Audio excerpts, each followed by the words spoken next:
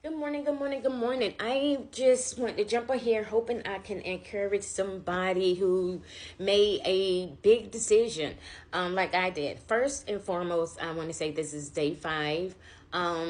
No, I'm not going to sit here and pretend like everything is peaches and cream because it's not.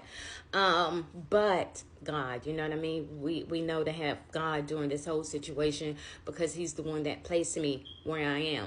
Now, as I was sitting in my car today, the weekend wasn't that bad. It's just my mind keep wondering, like, God, what's next? What do I need to do? Because I feel like I need to be doing something.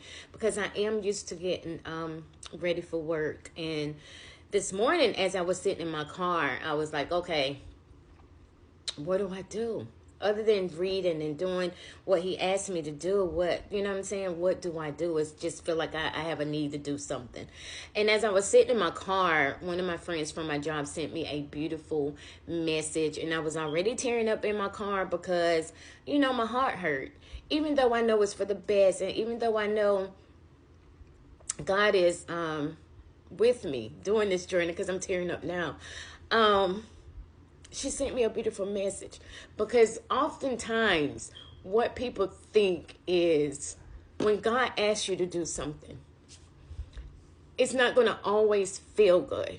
You know what I mean? It's not going to always be like you want to do this, but you have to because for one, he chose you. You didn't choose him. For two, for me, I have a whole family that is not with God. You know what I mean? So for me, I have to be the one to intercede for them. I have to be the one because they need to get and go to heaven, right?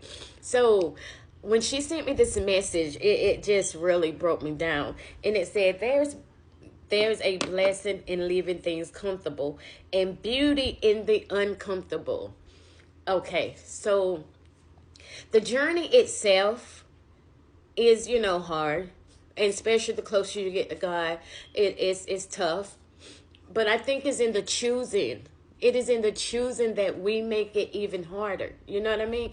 Because God will tell you, you could be in a 4-year relationship and God will be like, you know what, leave this, walk away from this. That's what you know. You know what I mean? And you have to walk away from it. You don't have to. You can be in disobedient like I was for at least a year and a half. So, you guys, whenever you're making decisions and you know that God told you to do it, I think for me, I would align myself up if I would have known what I know, now and not to be so scared and fearful.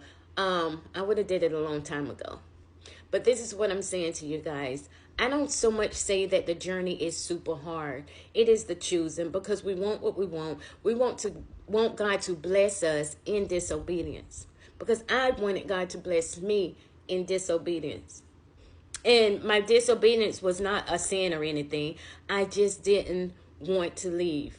I didn't want to leave my job right then. I had multiple things that was going on of the reasons why I should have left.